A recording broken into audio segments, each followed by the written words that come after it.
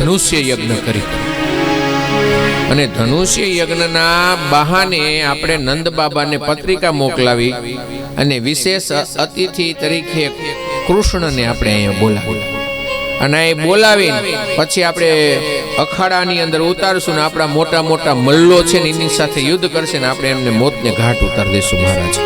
કદાચ મળથી ન થાય તો આપણી પાસે કૌલિયાપીડ નામનો હાથી છે, હાથીની નીચે કચડાવી નાખશું કે અહીંયા એક વખત એને બોલાવી લ્યો આપણા રાજધાનીમાં, પછી જોઈ છીએ આપણે આ કૃષ્ણ કન્હૈયો કેમ આપણાથી છટકીને જાય છે.